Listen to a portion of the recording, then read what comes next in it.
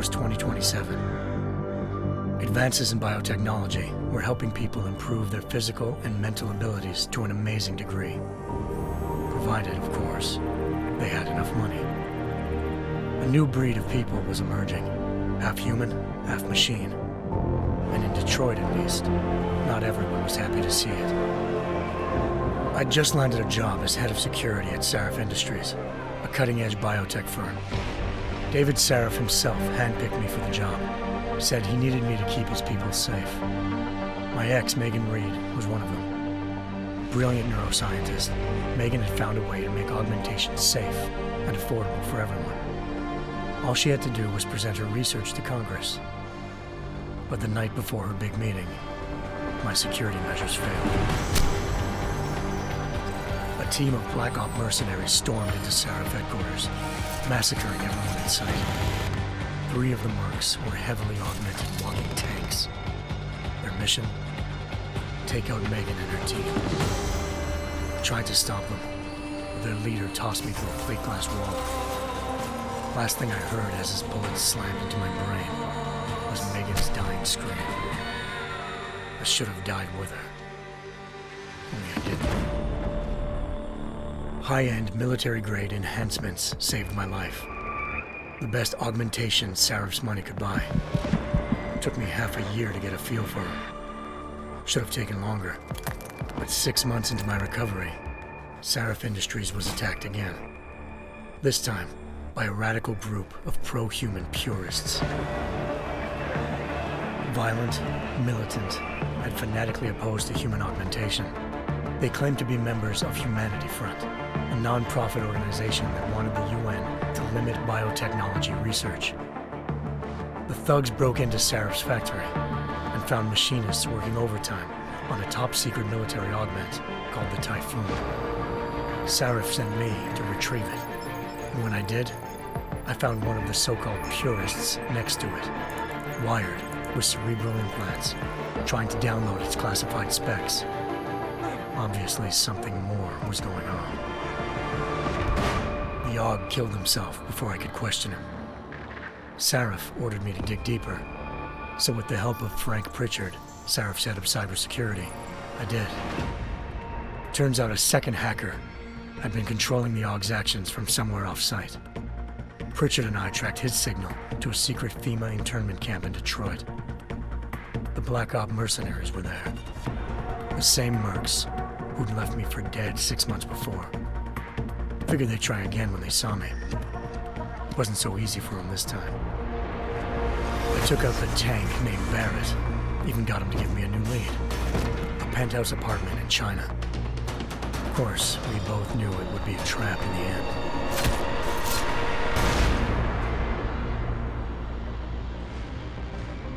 Hengsha Island, China. Home to a city so crowded, they had to build a second city on top of it. Trying to find clues in Hengsha wouldn't be easy. Lucky for me, I wasn't alone. Farida Malik, Sarif Industries' ace pilot, had lived in Hengsha before. A good person to have on your side. She knew enough about the place to get me around. Malik dropped me in the lower city, close to the penthouse Barrett had told me about. Bell Tower Associates, a private security firm under contract to the Chinese government, had agents tossing the suite when I arrived. Just not for the reason I'd been expecting. Turns out the man who lived there was a criminal hacker named Van Bruggen. The same hacker who'd been remotely controlling the Aug in Sarif's factory. Van Bruggen's panicked decision to force the man to commit suicide had been a mistake. Now his mercenary partners were gunning for him, and I needed to find him before they did. Locating Van Bruggen meant playing nice with the Triads, Hengsha's organized crime lords. They had the hacker holed up inside a low-rent capsule hotel. By the time I found him, Van Bruggen had no qualms giving up the woman who hired him. Zhao Yunru, president of the Taiyang Medical Corporation. According to Van Bruggen, Zhao wanted to monopolize the augmentation industry and had hired Black Op mercenaries to destabilize her competition. Sarif Industries was at the top of her list. To prove this, I needed to get inside TYM and grab a surveillance hologram off a server. I suspected Van Bruggen was hiding something when he told me this, but nothing could have prepared me for what I saw. Megan wasn't dead.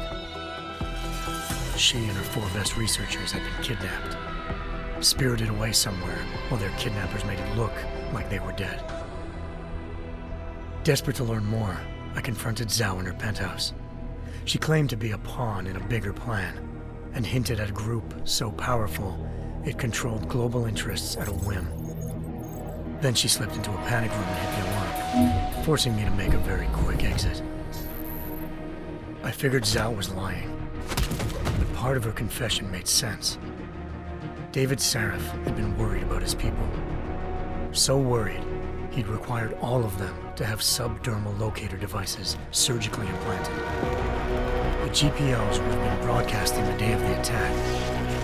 But Zhao said a single call to Picus, the world's leader in global 24-hour satellite news, had turned those signals off. I needed to fly to Picus headquarters in Montreal if I wanted to learn more.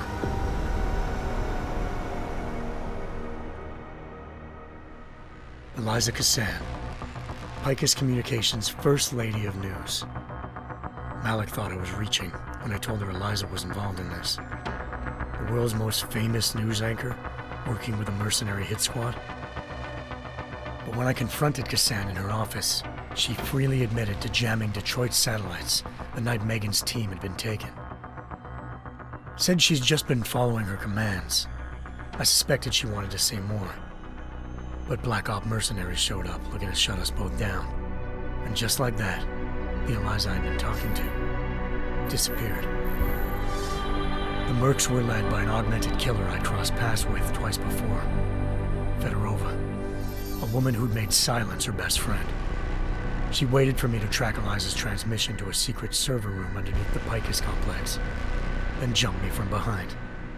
A deadly fight ensued. I made sure she never moved silently again. With Fedorova down and no one left to keep Eliza quiet, she reappeared. Turns out Picus's First Lady of News wasn't a lady at all. She was a sophisticated AI program, engineered to monitor data streams and control what people believed. Eliza told me the Mercs had brought in a Humanity Front doctor named Isaiah Sandoval to remove the scientist's implanted tracking devices while Detroit's satellites were down. She also told me to speak to David Sarif if I wanted to learn more. By the time Malik and I got back to Detroit, tensions between normal and augmented citizens had reached a flashpoint. Riots were breaking out in several cities, and the UN was being urged to intervene. Sarif was trying hard to convince Hugh Darrow, the inventor-turned-philanthropist who'd once been a leading proponent of enhancement technologies, to help stop a possible regulatory vote. Sarif had a lot riding on Darrow. Megan's discovery would have given millions of people the chance to evolve beyond their normal human abilities, and at the same time catapulted Sarif Industries to the top of the Fortune 500. According to Sarif, Megan's kidnappers knew this, and didn't want people evolving unless they controlled how it was done. He called his enemies Illuminati, and urged me to keep searching.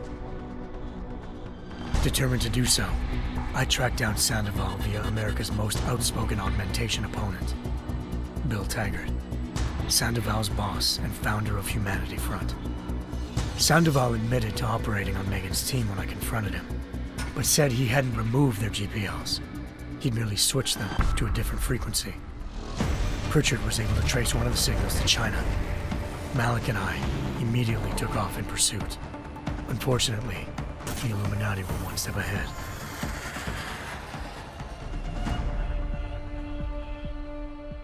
Ambushed. Shot out of the sky by Bell Tower Associates, seconds after entering Hengsha's airspace. Malik's piloting skills saved me. After a tense and bitter struggle, I escaped into Lower Hengsha. The tracking signal I was following led straight to the Triads, or more specifically, to the augmented arm of Tong Si-hung, leader of a gang of augmentation harvesters. Tong said they'd taken the arm off a corpse, which Bell Tower had left at their door, meaning at least one of Sarif's scientists was dead. Maybe not the rest of them, though.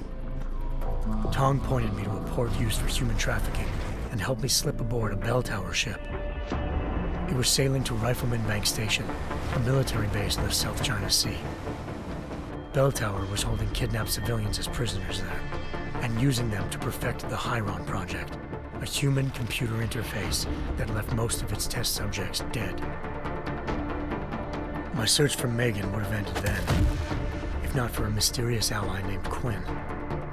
In exchange for my help exposing Bell Tower, he slipped me aboard a second ship headed to Singapore and an Illuminati-run biotech facility called Omega Ranch.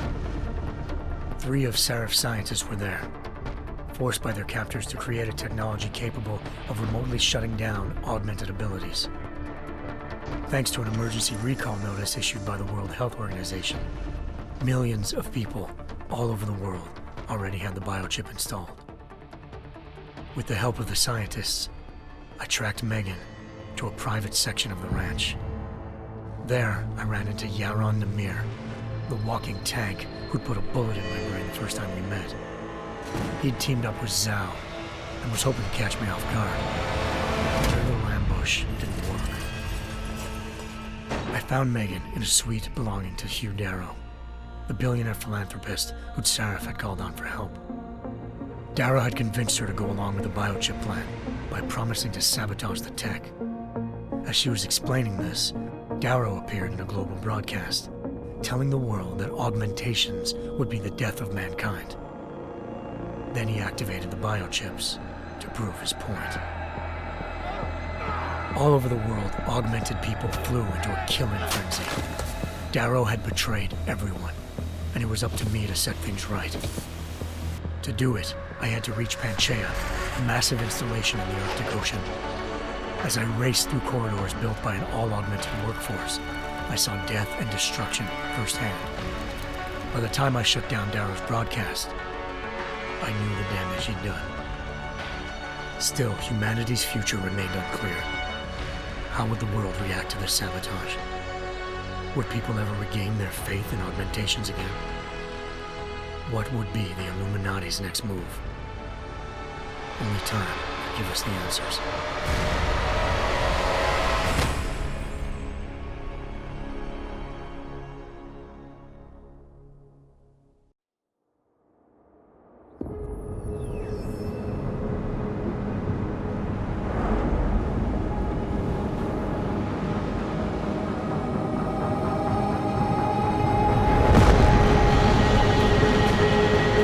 I once thought I could save the world.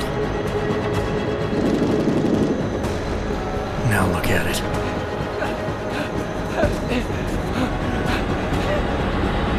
In yet another augmented terror attack, 251 passengers aboard Sister Airlines Flight 451 were killed when an augmented passenger broke into the plane's cockpit and ruthlessly butchered its flight crew.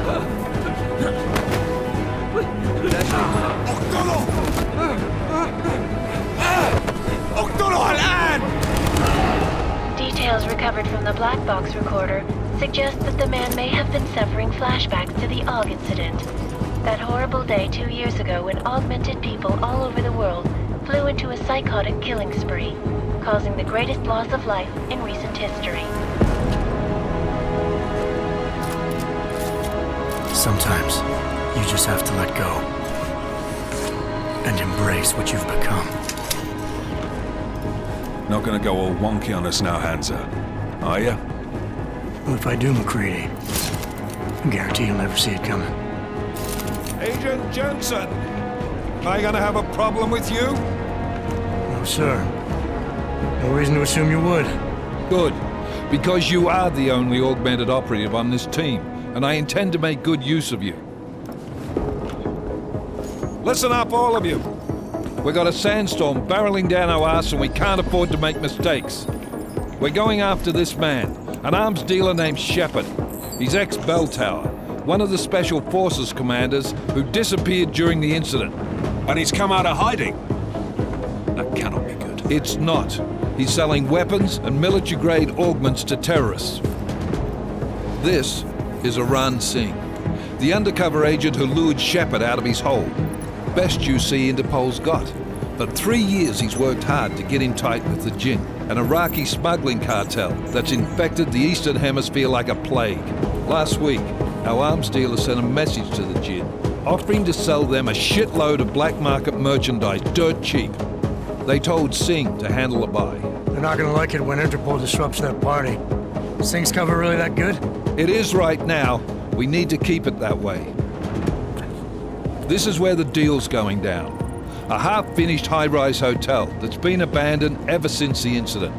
It's not a pretty picture inside. Let me guess. Most of the laborers were augmented with heavy-duty industrial rigs.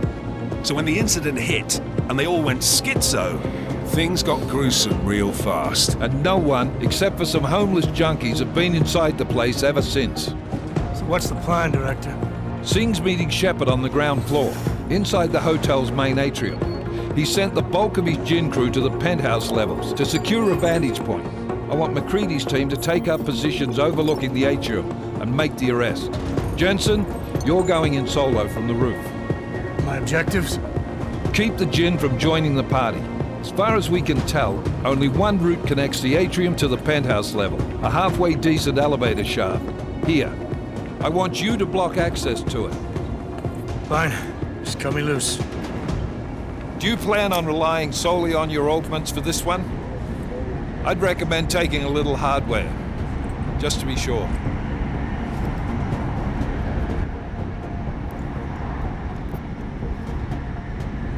We've got a UC in there. Might be easier to maintain his cover if he's not the only one still breathing when this is done. Smart thinking. Yeah, but if anything does happen to him, you'll be telling his wife. After you get out of the hospital, of course. What about range?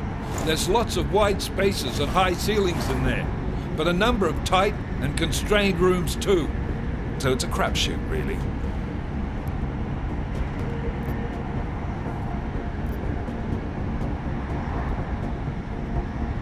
Well, I'm not looking to play dice with anyone in there. Give me something with distance. Your call.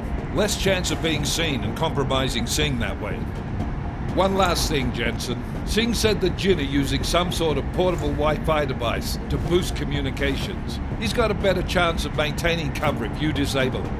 I'll keep an eye out for it. But aren't we on the clock here? You said there's a sandstorm moving in. There is, and we got the intel on this mission at the very last minute, so we're scrambling a little. If it comes to it, your number one priority is keeping the Jinn out of that atrium. Copy that. Time to put away your happy thoughts, gentlemen. We're approaching the target building. You're up first, Jensen. Let's do this. Task Force Actual. This is Knife Leader. Engage Hush drives and descend to Angels 1-5.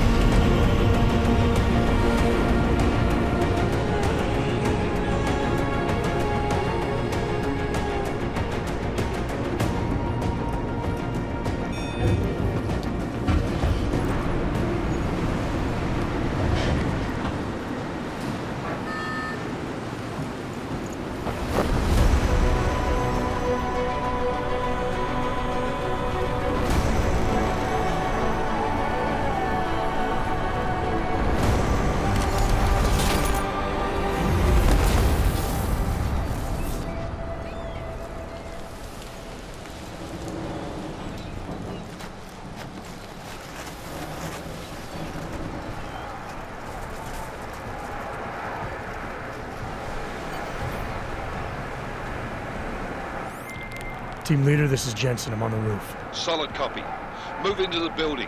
The access route you need to block is at the far end of the penthouses. And keep in mind, the direct route might not be the easiest one. Roger that. McCready will advise once his team is on the ground. Miller out.